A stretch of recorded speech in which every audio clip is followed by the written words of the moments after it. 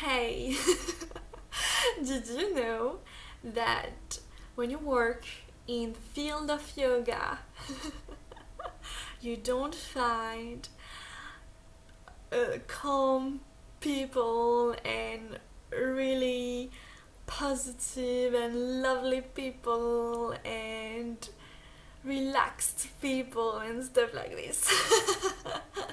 This is a phantasm. This is not what is going on.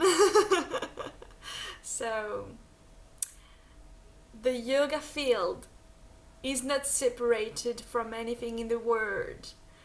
So, you will find everything you already found in your field.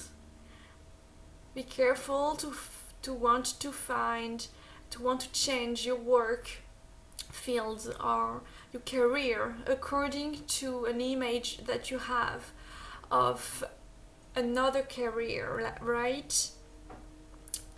uh, Human are still human, alright?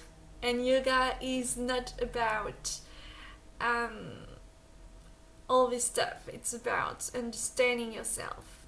And yeah, so don't be fooled by that. Don't be surprised.